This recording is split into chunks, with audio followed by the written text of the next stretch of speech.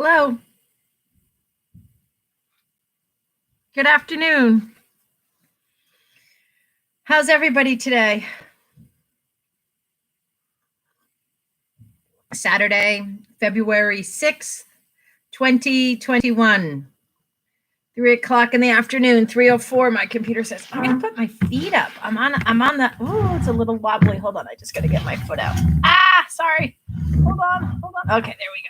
So, I'm in the downstairs lower level here at the Island Free Library. My name is Kristen. I'm the director of the Island Free Library. I bring you a short story, or try to, every day. I've had a good run of it this week and last week. I've missed my Sundays and Mondays, which are my days off. But I'll pack my computer home with me this week. When I'm at my house, it's hard to do because our Wi-Fi has been acting up this winter. I've had better luck with it before, but I might try to scoot off to my mom's tonight. So she has good Wi-Fi, and I'll try to read from there over the weekend. We'll see. Monday, I could be food shopping, so you don't know. But there's other stories up there, so you can always listen to something else if I'm not live. But I am live today, and it is 3:05 or something, and I'm having my, as you know, what's my new favorite tea to my regulars? Lemon. I'm having my lemon tea. And it's good. It's really good. I hope everybody out there is having a good day. Could be snow tomorrow, huh? We could have a storm coming. I can't quite figure it out. I can't quite figure out if that means I need to scoot to the mainland now, or I don't know, give up on going, or I don't know. But I got to get home and make those decisions. So I am going to start to read. Sometimes when I sit down here, I was working on the YouTube channel today, and I was looking at me down here, and sometimes the camera angle looks like those three, whatever they are, bugs, some sort of, they're like grasshoppers, are like right on my head.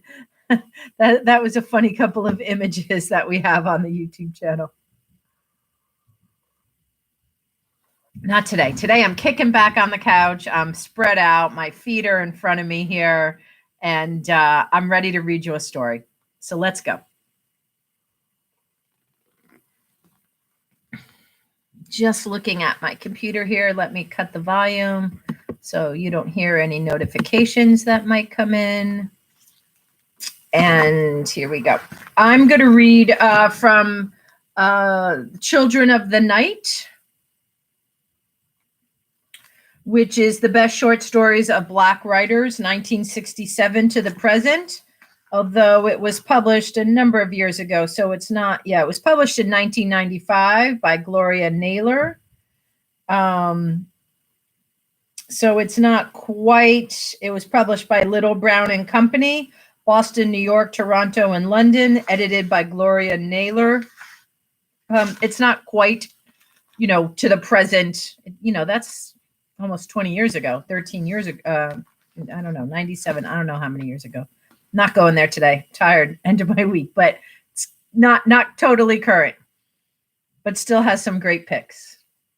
So today I'm going to read After Dreaming of President Johnson by Howard Gordon.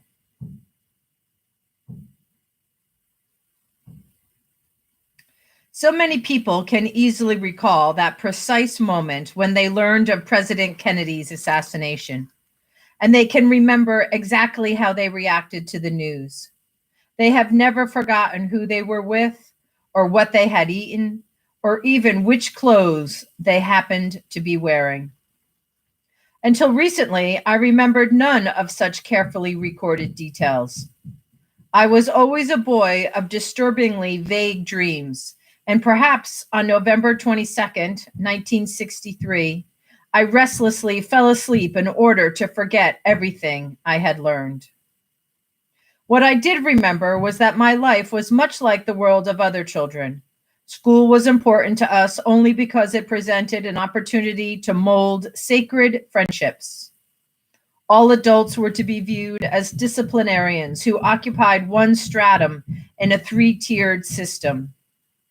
Parents, teachers, and the police, of course, were the gatekeepers of each of these despised tiers. And fun, the sort of fun children had passion for, could not be discovered with an attitude for looking forward to becoming an adult. It had to be found in comic books, in block parties, and in imaginary adventures. I was an only child in a lower income family, the year of my 10th birthday. My father packed our meager belongings into his pickup and moved us to the city. The city was Rochester. We had moved there from Benoit, a sleepy farming enclave of 300 residents. Benoit was the kind of town where a father could send his child to the local store for a newspaper and know he'd return safely. No, there was never a need to worry over city ruffians or the dangers of constant traffic. So quiet was Benoit that my father claimed he could hear moths pupating as he sat rocking on the front porch. Every summer evening, he sat there with my mother on their wicker sofa, and he would point out the endless stars among a web of constellations, all the while pretending to know their names, though never at all fooling my mother. But she went along with his dubious expertise because both of us liked to hear him talk. His soft voice assured us he was in control, and he seemed to hum many of his words as if composing tunes we could cherish in another lifetime.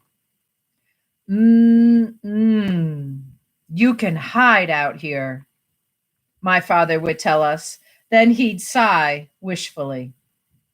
And it made sense. Out there under the stars, everything was so small and dark. Even our tiny farmhouse seemed hidden by the darkness. The three of us were like children playing in the tall grasses, listening and watching for something invisible or magic, yet hoping that, like us, whatever we found could just be left alone. My father's aversion to the noise and crime of the big city created a perseverance for the harsh Western New York winters, which dropped savage snows into our valley and made the dirt roads as impenetrable as the meadows blanketed under knee-high drifts.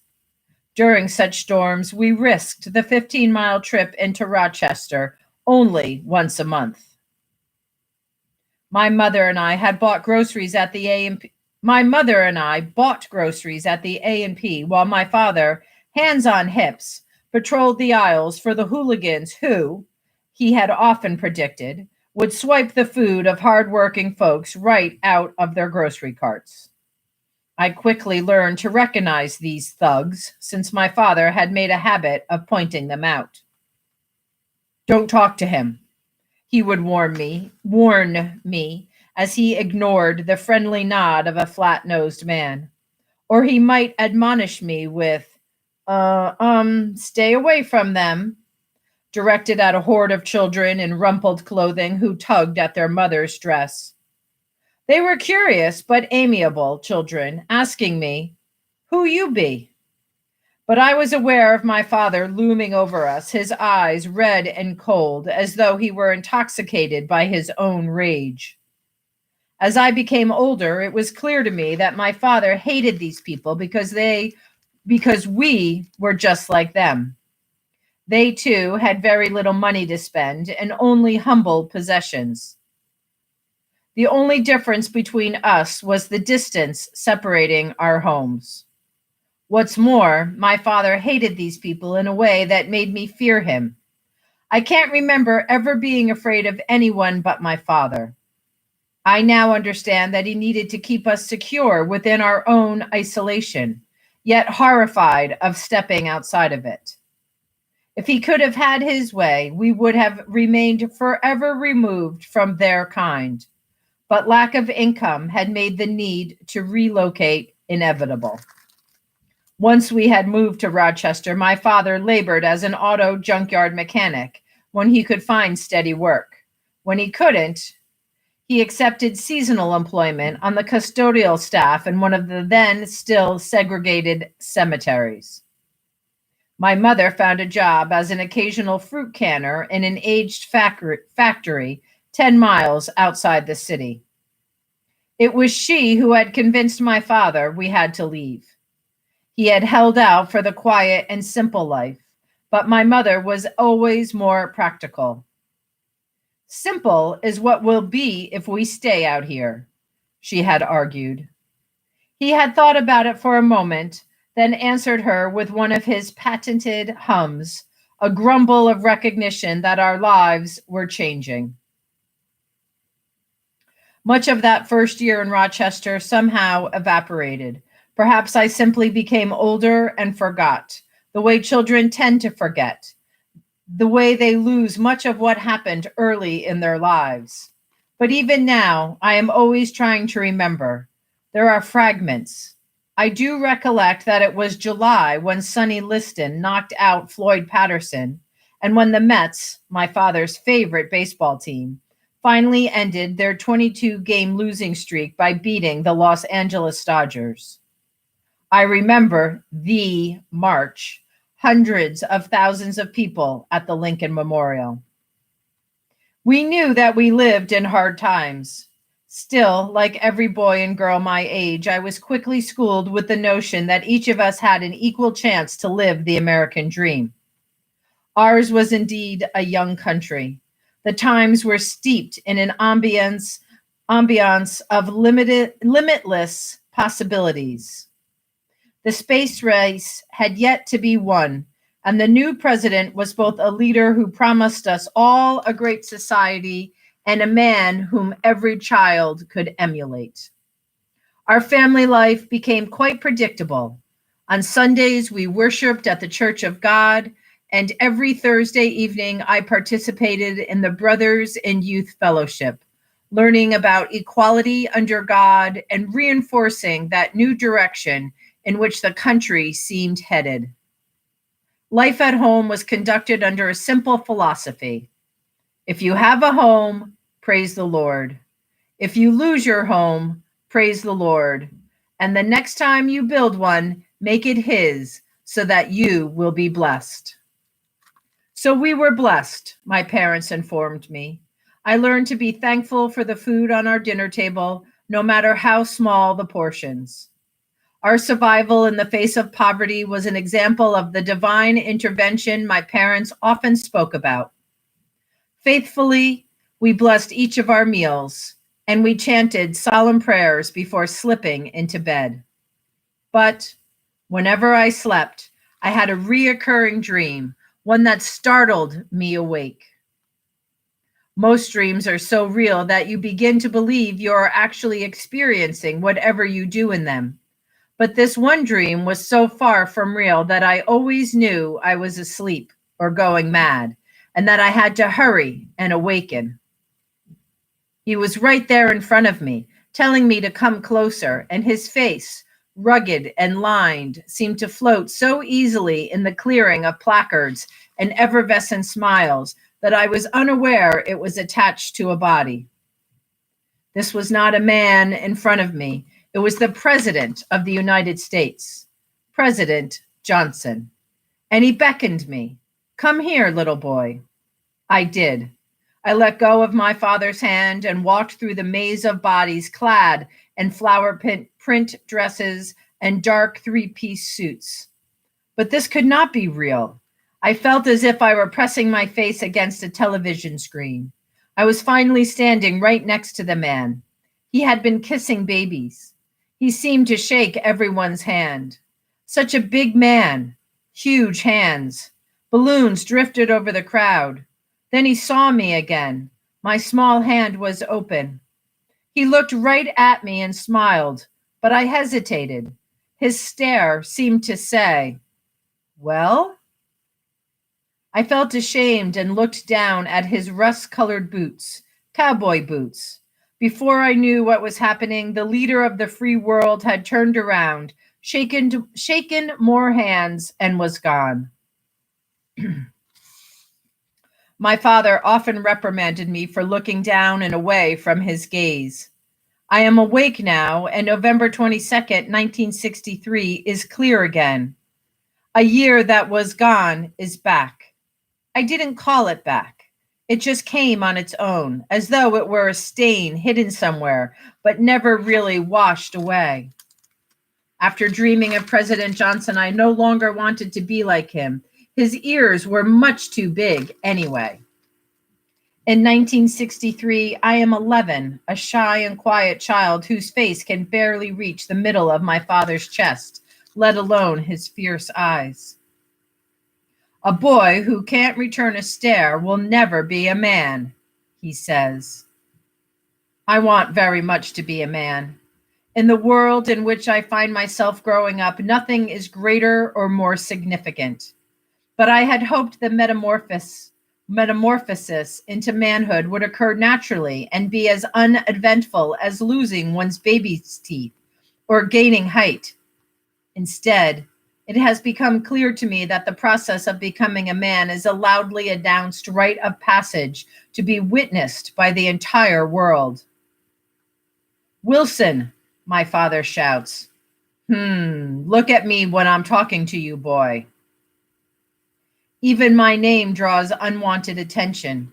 I hate it and long for something common, like Peter or John. My newest friend's name is John. He and I met in gym class on the second day of the school year. We played on the same sixth grade kickball team, and we wrestled for 5 minutes without either of us being able to pin the other. I told Johnny that Peter was really my first name, but that everyone dishonors me by calling me Wilson. Johnny has agreed to call me Pete. I have a reason for admiring a name that is not my own. My best friend is Oliver Trinidad. He and I have been neighbors since my family moved into the city. Oliver shares everything with me, including his new comic books. But one particular comic he had shown me during the summer is called The Amazing Spider-Man, whose superhero is secretly Peter Parker, an unlikely teenage crime fighter who is as shy and unassuming as I am. As am I. Oliver and I walk home together from school as we always do. We stand in front of my apartment building. With his foot, Oliver prods a bird that sits on the sidewalk. The bird just seems to ball itself up tightly in its feathers, as if doing so will protect it from Oliver's toe. A lover of animals and anything small, I protest. Leave it alone, man. I ain't gonna hurt it doing this. I can't come over and play later and play, I tell Oliver. He wants me to go with him to the woods, to a place we call the Back Hills. But I tell him that Johnny has invited me to his home, where he promises to show me his collection of Marvel comics. I'm excited because he has every back issue of Spider-Man, along with my own favorites: Fantastic Four, Submariner, Doctor Doom, Thor, Captain America, Incredible Hulk, Iron Man, Avengers. All of the hottest and most sought-after comic adventurers. But Spider-Man has become my recent obsession. Until I met Johnny, I hadn't really paid any attention to the superhero, hadn't read a single issue about him, even though the series had been out at least a year. I thought, how can a little insect be a superhero? But Johnny told me that spiders are not insects and that Spider-Man is the best. Unlike other superheroes, his mask completely hides his face. No one can know who he really is. So you're hanging out with that white boy now, huh? Oliver says. But you're my friend too, I say. Nah, I ain't, Oliver says, and he gives the bird such a hard kick that his shoe makes a thwack sound. So there, he says, and he runs next door to his own house. He stares at me from his porch. I look away. The bird has landed 6 feet away in the middle of the road. It lies on one side, unmoving. Its beak is open, and one of its wings has partially unfolded. I decide not to see whether it is dead. A strange feeling strikes me, like I've eaten too much junk food and need to throw up, but can't. The vomit reaches my throat, then reverses itself. and my entire body shakes as if it's cold. My legs are no good to me. They refuse to walk even though I need to get away. Johnny lives on Bertham Avenue, about 3 miles from my neighborhood. He gave me easy directions, though I feel disoriented long before I leave the third ward boundary. You learn to know the people in the neighborhood because their personalities are unmistakably stamped into it. The artists use abandoned buildings and alley walls as canvases for life-sized self-portraits and colorful graffiti. The romantics await rescue from their ghettoized existence by enduring nonstop ballads cranked from scratched 45s by the Marvelettes or the Impressions or Jackie Wilson. You know who the best dancers are because they automatically kick into the jerk or the Popeye as soon as you pass by their porches or every time a car turns the corner. There is no stargazing or storytelling within the city confines, and all of the singers here, the confident ones at least, congregate on street corners, harmonizing for all the world to hear, while those who lack the same bravado practice in bathrooms and alleys, hoping that the echo chamber effect will disguise their group's off-key notes. On other corners stand members of the Fruit of Islam, soft-spoken young men with Caesar haircuts, men who dress in pinstriped gray and blue suits and plain but spotlessly polished shoes, and who are as recognizable by their radiant bow ties as they are for the sincere smiles that remain on their faces, even if you do not purchase their bean pies or their Muhammad Speaks newspapers. I know the hopes and talents and even the limitations of the people who occupy the neighborhood. I know their dreams and fears, know the gossip they pass among themselves. And I know something about these people, something they would never guess. I secretly hate them. They are loud. They shout their conversations at each other. They use imperfect English and have other conspicuous faults.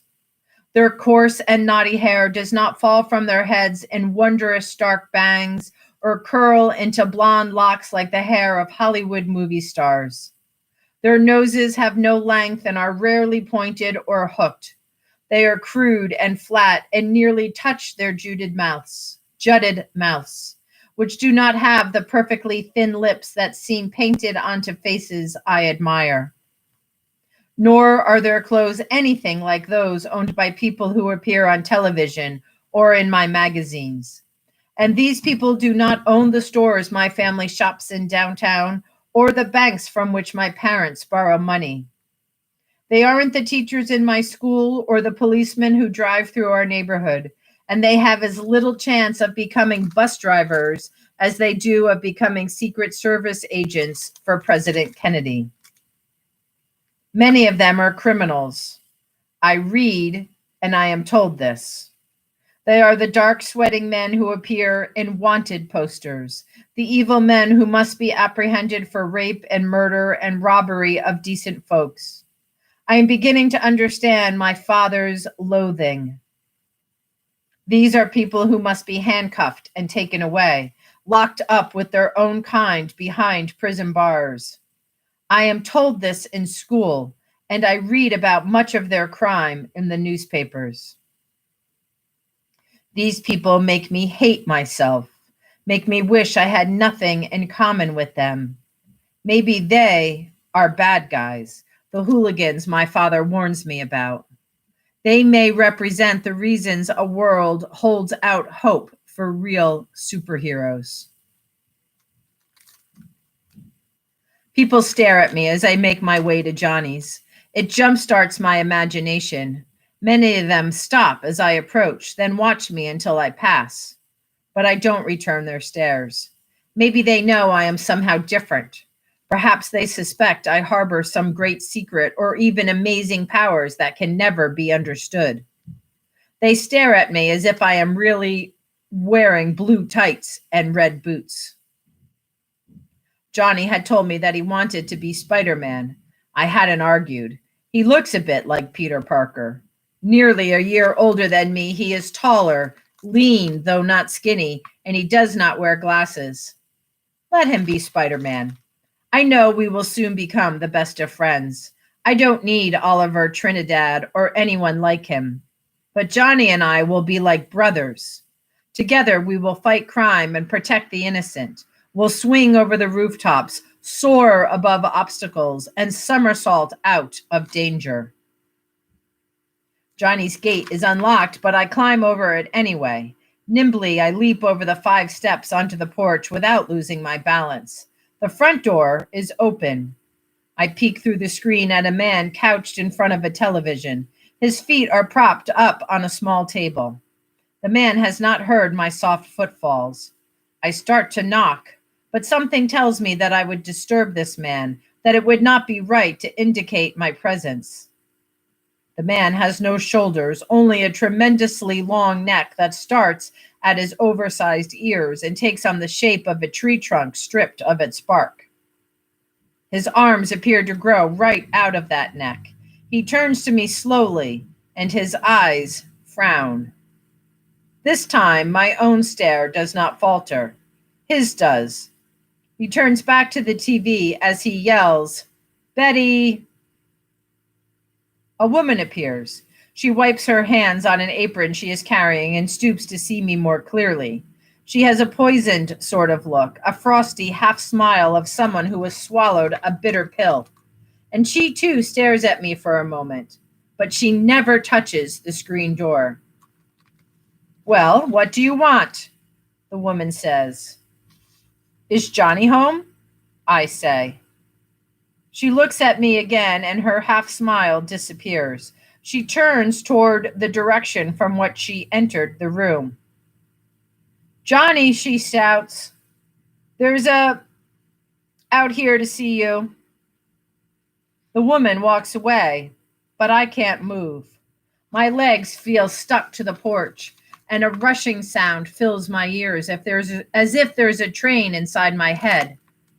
I'm getting that queasy feeling again, the rising sickness that tickles my throat.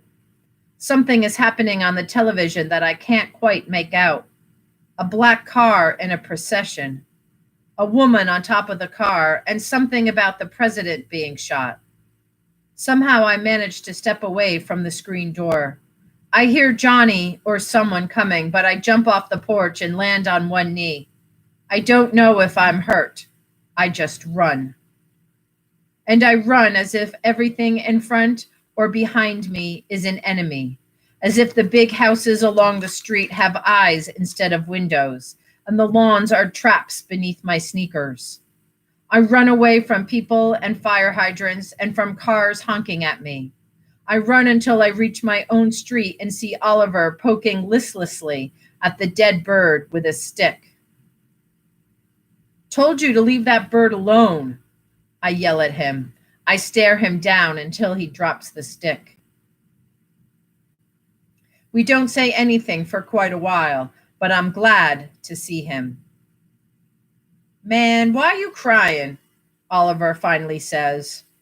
"For nothing," I say. I wipe my eyes.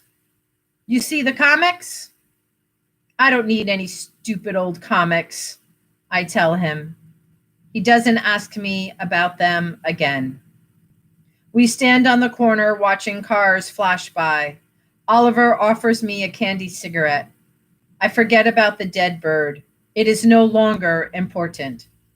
After a while, everything is back to normal again, and we're looking for something to do. "Hey, want to go to the back hills?" Oliver says. "Let's go," I say, and we start running.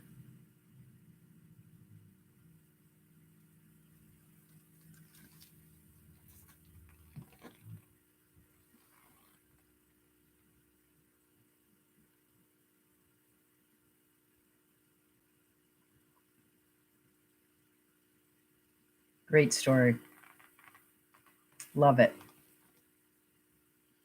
That's After Dreaming of President Johnson. I think his name was Howard Gordon. Howard Gordon.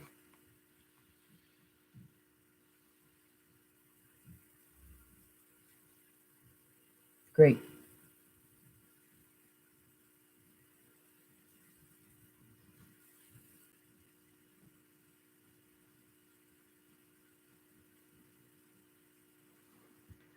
Well, I hope, did I make this wrong? Is there no chat today? Dad, are you out there? I might have, I looks like I did the setup wrong for this story, but I think I'm recording. It seems like I'm live, and I hope you all caught that story. Thanks for coming.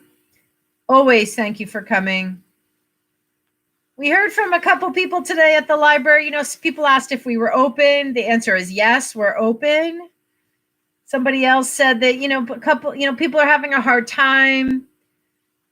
It's winter for everyone, but it's, the COVID winter makes it maybe especially difficult.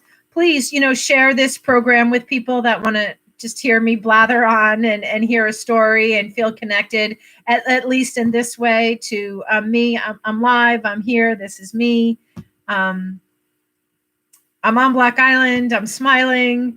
So, if that's helpful in any way, I'm so happy to be here with you.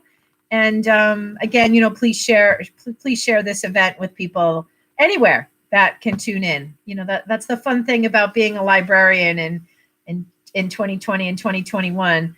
If COVID had some silver linings, it's that we all went virtual, and our outreach is bigger, and that's exciting for me and the rest of the librarians.